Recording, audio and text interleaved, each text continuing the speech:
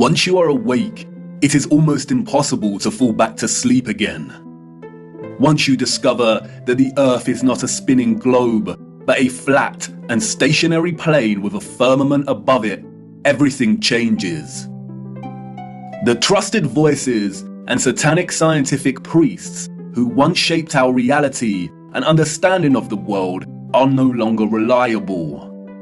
Our first-hand experience of the Earth as a stationary realm is at odds with their fabricated narrative of space and spinning planets. The scarring of our land and the barbaric mining of Earth's once majestic giant trees is at odds with the history books and geological narrative. And the awake are left wondering, what on earth happened? If they've lied about the Earth, space, and the destruction of our flat realm, then how can we trust the official, mainstream historical narrative? The historical narrative, like the heliocentric model, does not make sense. It doesn't add up. And all it takes is a closer examination, and their lies, which have governed our understanding of history and the world since our birth, begin to fall apart.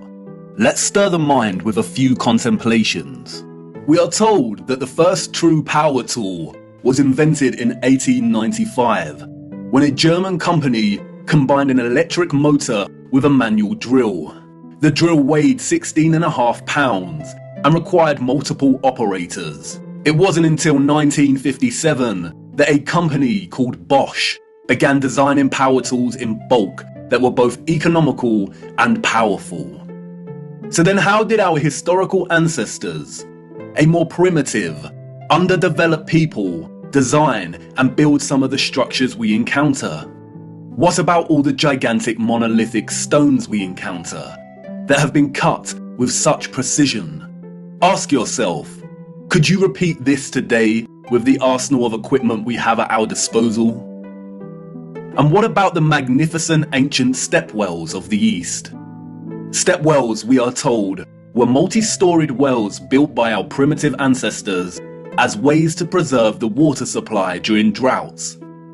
But look at the intricacy and complexity of these structures. Look at the glory and the finesse. Look at the geometric precision. All dug out and crafted from using hand tools. Yeah, right. What about the gigantic canal networks we find all over the world? The Erie Canal in America was allegedly built between 1817 and 1825. There were no civil engineers in America at this time. The people responsible for planning construction were novices, we are told. The canal is 12 meters wide and 4 meters deep. The Erie Canal spans 363 miles. But this was not just a case of digging each day for the Irish immigrants and their oxen companions. They had to fell hundreds of trees as they passed through the virgin forest. They had to build complicated aqueducts and locks, and they had to pass through the Niagara Escarpment, an 80-foot high wall of hard limestone. They had to use black powder to blast through this, we are told, as dynamite had yet to be invented. The canal spans 363 miles and was constructed over an 8-year period. This means that on average, 1 mile was completed every 8 days. What a record, especially since those responsible were novices, and power tools and dynamite were yet to be invented. I can tell you now, the so-called early settlers of the Americas did not build these canal systems. And what of the grand and magnificent castles scattered across our realm? Did you know that most were designed and constructed without plumbing systems and methods to heat rooms properly? The royal and the elite of the past were content without having the accessible necessities of survival just as long as they could live within the grand and the glorious, while the peasants, in their modest abodes, enjoyed warmth throughout the long dark winters? I don't think so. And of course, there is the impossibility of the Great Giza Pyramid Complex. The pyramids, we are told, were constructed somewhere around 2500 BC. The Great Pyramid itself consists of 2.3 million blocks of limestone and granite, and its overall structure weighs 6 million tons. The largest granite stones weigh between 20 and 80 tons each. 20 tons is 20,000 kilograms. These blocks were carved from quarries with copper chisels and allegedly transported from 800 kilometers away. The so-called experts can only theorize that a vast amount of slave labor was required. Being gullible and falling for the official narrative of slave labor is one thing, but can someone please explain how the air shafts of the Great Pyramid align so neatly with the circumpolar stars? And then there is the curious case of star forts, or what the official liars of the world call bastion forts. Developed in the late 15th and early 16th century, these forts, we are told, were designed during an era of gunpowder and the cannon. The geometric design offered a nation's military protection against blind spots during conflict. Of course they did. We all know that the best protection during war is to design a fort with such precise geometric patterning. Has any real historian ever stopped to think just how perfect the geometry is here? Our primitive ancestors did not have the technology to view structures from above, but they still managed to achieve this? Give me strength. There is no way. We could not produce such perfect geometry on this scale today. We've been fooled once again. We have been indoctrinated with a false historical narrative and timeline. And, like the silly heliocentric model, all it takes is a closer look at this narrative and things soon start to fall apart, and the lies become so blatantly evident. Because of their satanic lies, piecing together an accurate, honest historical timeline has become an impossible Rubik's Cube. The official narrative, a Pandora's box, only offering us tiny clues, half-truths, and deceptions. The stitchings of our true historical timeline have been loosened. The contents erased and muddled before we were even born into this world. And herein lies the problem. How to know where you are going if you don't know where you are in the first place? But you see, awakening is truly a gift. Once awake, we learn that we've always had the answers right in front of us. We've always had more than we know. But we had to regain our sight first before things started falling into place. Before things started to make a little more sense. And here we are again, viewer, at the precipice of another great journey. What if I told you that before us there existed a civilization that was responsible for the most advanced technology ever developed, and that it was their understanding of the workings of our flat realm that was key to their innovation? And what if I told you that it is highly likely that our true history as a people only begun just over 200 years ago? Would you think of me as mad once again? Do I sound as preposterous as when I first told you that the earth is flat? Perhaps, and that's why I need to show you. What I hope to show you is one of the greatest cover-ups of all time. It is on par with the heliocentric lie in its enormity and the impact it has upon humanity. And, as I will try to show you, it is inextricable from the true nature of our flat realm Earth, and you cannot understand one without understanding the other. We cannot waste time, for we must journey in search of lost time. At its heart, this is a story about deception. It is also a story of endings and beginnings, of death and rebirth. And please bear with me. Due to the deceptions and falsities underpinning our historical narrative, this story cannot be told in a linear fashion. We need to go back and forth in time to really draw out something that brings us a little closer to the truth. It is also imperative to understand that, like much contemporary science, history as a discipline was corrupted a long time ago. At its most innocent, a lot of established historical narrative is guesswork. But at its worst, it is a set of lies agreed upon, as the so-called Napoleon put it so succinctly. We are going to be digging in the dark. No historian will be there to help us. We are alone in this journey. Our journey is a hunt for things buried in plain sight.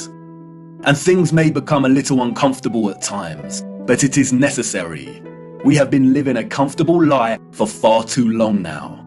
Come on, jump in and put your seatbelt on. For to understand our place in the world, we need to do the unthinkable. It's time for us to take a journey back to the future.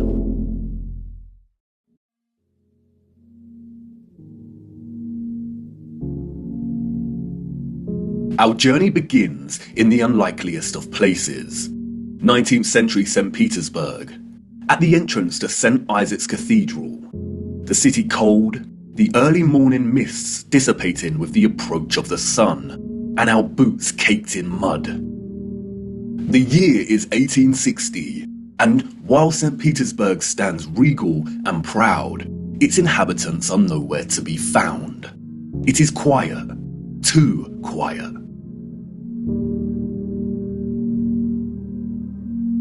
The population of St. Petersburg in the 1860s was, we are told, roughly 500,000 people, and yet there is not a soul in sight. Where is everybody?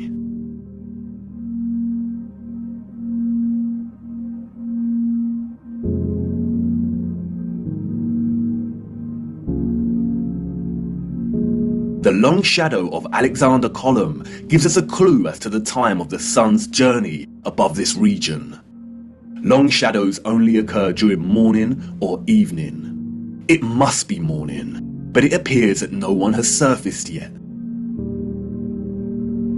If we travel 400 miles across to Moscow, we see the same thing. Empty, quiet streets. In 1860, Moscow shared a similar population with St. Petersburg, roughly 500,000 citizens. But again, where is everybody?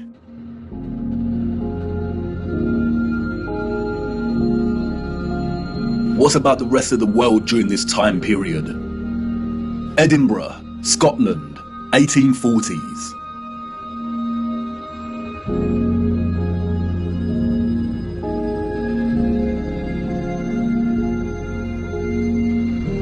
Copenhagen, Denmark, 1840s. Dresden, Germany, 1860s.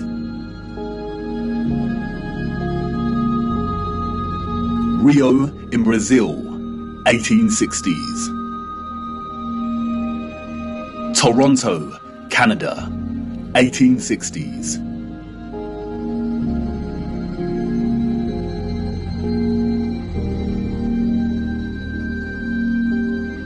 Athens in Greece, 1860s.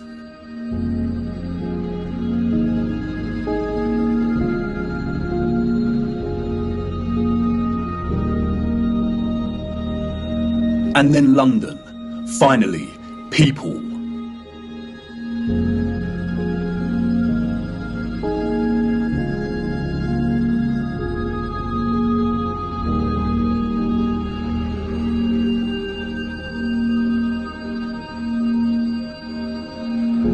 And what about Paris? People, life.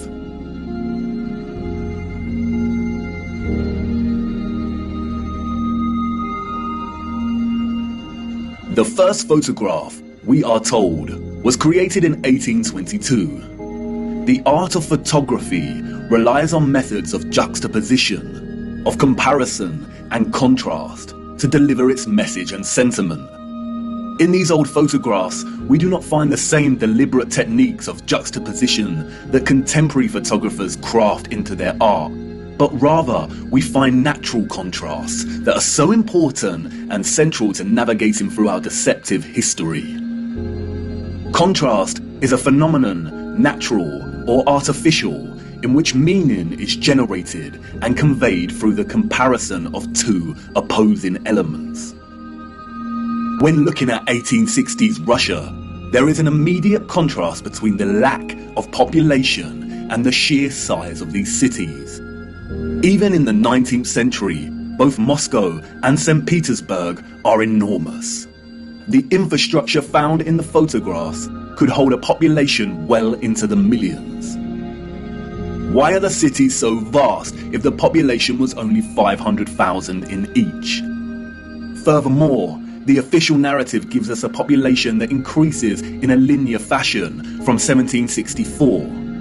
Many of the buildings we see here were built years before the photograph was taken. Did the Russians just plan well in advance? But it's when the population is introduced into these photographs that a new contrast emerges that is staggering. That is, between the people and the environment itself. It may be the reduced population numbers, or it may be the monochromatic starkness of the black and white images, but they present to us something that we've lived amongst our entire lives and never paid any mind to. That is, the enormity and impossibility of the architecture. As we engage with the industry and act of tourism, we journey from place to place and observe, taking it all in, learning, hearing, and being told what we are looking at and how it came to be. And standing in front of a structure like the Arc de Triomphe in Paris, we might even exclaim, "Wow, how did they do this?" But the moment, inextricably wrapped up in the busyness of the scene, perhaps prevents us from really asking that question with sincerity. Standing in front of a structure like the Arc de Triomphe while the crowd frantically takes pictures on their smartphones makes it all a reality.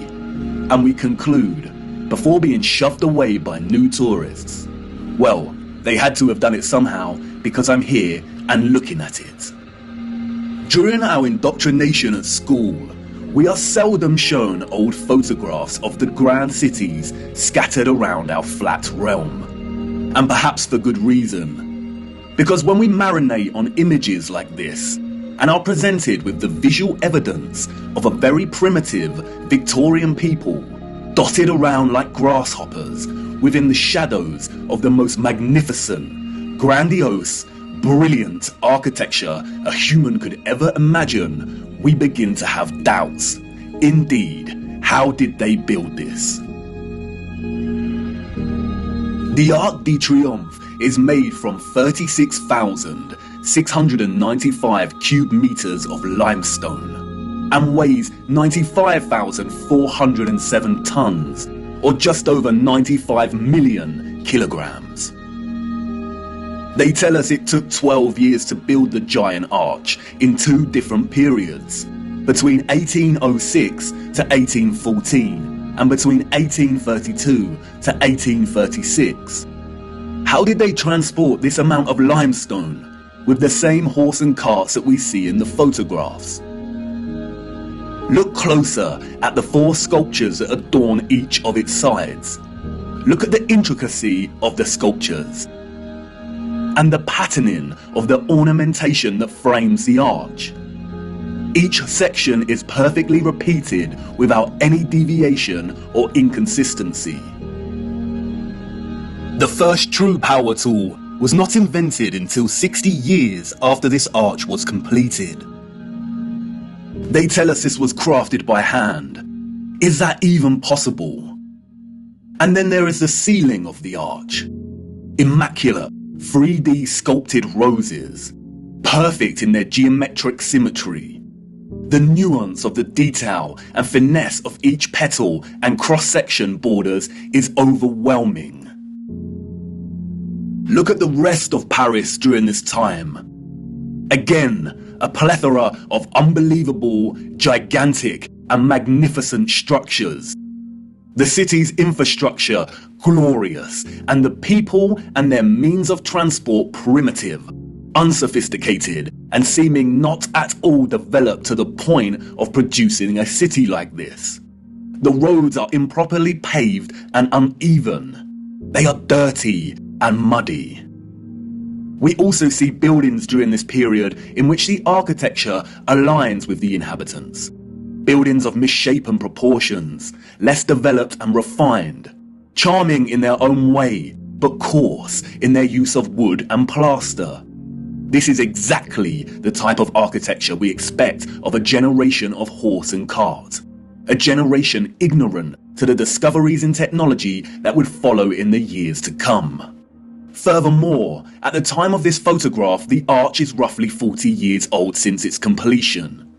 Yet can you see how worn some of the parts of the structure are? We see weathering on the stone that suggests the arch is much older. As we approach the late 19th century, we see that the people of Moscow have finally decided to leave their homes and venture out into the streets. The infamous Red Square, now bustling with life. St. Basil's Cathedral and the Spasskaya Tower dominate the frame of the square. The construction of St. Basil's Cathedral began in 1555 and was completed in 1561, a mere 6 years. It suffered a huge fire in 1737 and underwent restoration over a 20-year period. But look at it. What a structure. Almost unreal and like no other. It is composed of thousands of red bricks and tin sheet metal that has been shaped into the distinctive onion domes we see. Look closer at the intricacy of the domes. How did they bend metal to achieve such precision and perfection in the 18th century? And again, if they had the skills and dedication to build a wonder such as this, then why are the conditions of the road so poor and covered in mud? We see these incredible structures and buildings everywhere in 19th century photography. We have the wondrous Crystal Palace of London, a monstrous structure with the greatest area of glass ever seen in a building, and all constructed before England had automatic glass manufacturing. We have Westminster Abbey and Parliament. We have the old Euston Arch, constructed out of pure sandstone in 1837, and streets unpaved and full of mud. Why did these people not prioritize the streets they walked upon? The Frauenkirche, the domed masterpiece of Dresden, Germany. Its intricate and opulent splendor in direct contrast with the beat-up wagons and horse-pulled carts of the people below, a people dependent on the bare necessities, a people completely dwarfed by its size and majesty. The Library of Parliament in Ottawa, Canada, built over a period of 17 years. The first major settlers arrived in 1800, and at the time of construction, the city's population was under 20,000. Would a grand, glorious library really be a priority for settlers? Why does the building look like it's been cropped out of Europe and pasted into Canada? Even at the turn of the century, 40 years before Bosch economized the power tool, we have the old Penn Station in New York. Look at the size of this. Completely mind-blowing proportions. As we can see here in the photograph, each octagonal, sculpted pattern on the arched dome ceiling is larger than one individual human. Look at the gigantic columns and detailed acanthus leaves decorating the tops of each pillar. They tell us this station took 6 years to build. 6 whole years. Yeah, right. Why are we so gullible? Even without access to modern power tools, printable construction pieces, and crane technology, we could not reproduce this today. And more importantly, we don't reproduce this type of architecture today. The official liars of our world have an umbrella term for this type of architecture that we see in North America. They call it historicism. Historicism is a term coined to describe a style of architecture that is revival in nature, or in other words, copies the style of another period in time. The grand arches and buildings with giant columns we see are built in the classical or Greco-Roman style, and the cathedrals are built in the Renaissance and Gothic styles of medieval Europe. Components of these particular styles of architecture feature large spires, arched windows, towers, turrets, domes, arcaded arches, sculptures, enormous doors, circular geometric windows, columns, clock faces, and bell towers. Traces of this impossible architecture are literally found everywhere, in every city and across our world today.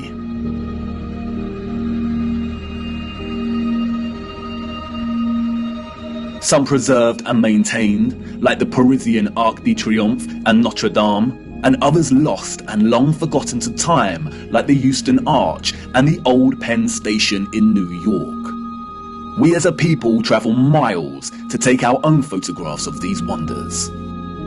But the photographers of the 19th century gift us with something they would never have expected to give a future generation: perspective.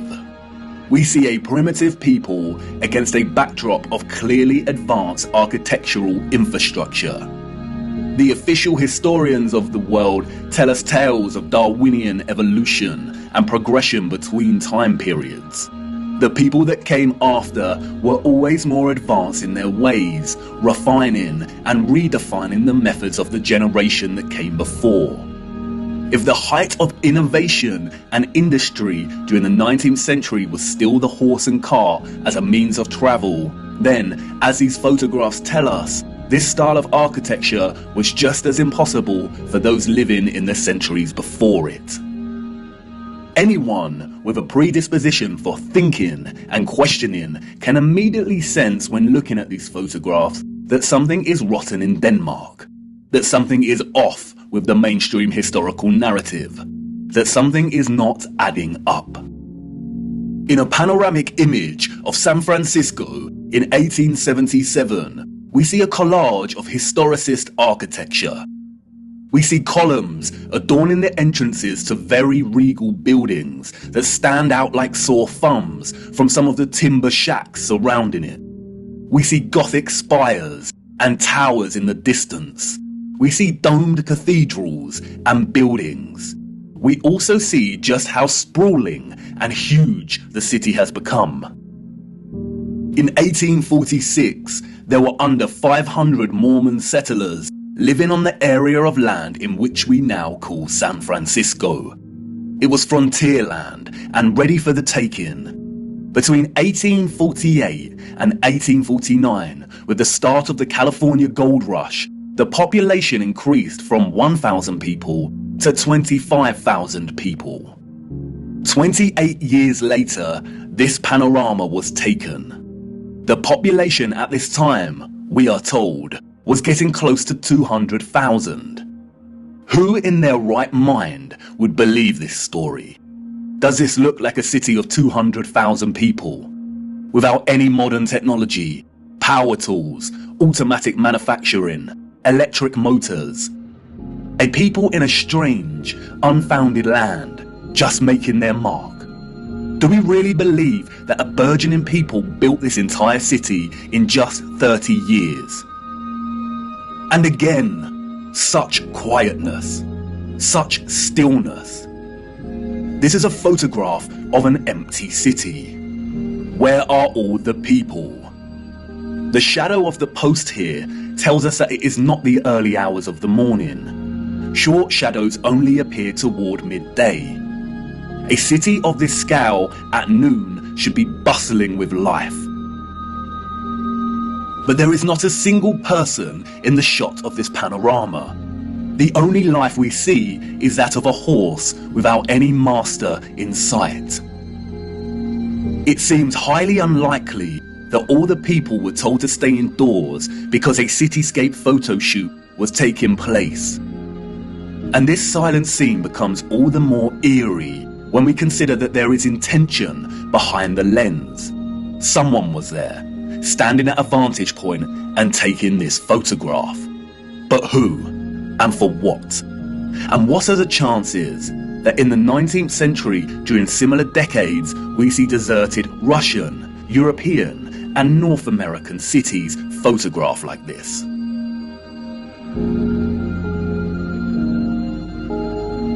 And then only a few years later, we find the same locations bustling with people. A people clearly incapable of building the architecture found in these cities. And what to do with these photographs? If we accept the narrative and these strange anomalies, then we stop here and get back to our busy lives. But the narrative we've received is not the truth, and we shouldn't accept any narrative, no matter how official and certified it is, unless it makes sense. The people we see in these photographs and their early ancestors could not have built the magnificent architecture we see. It is an impossibility.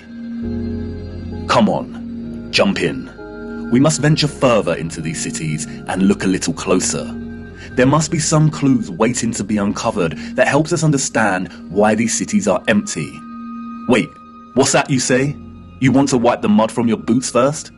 Do not bother, it's a waste of time. Come on, jump in and let's go.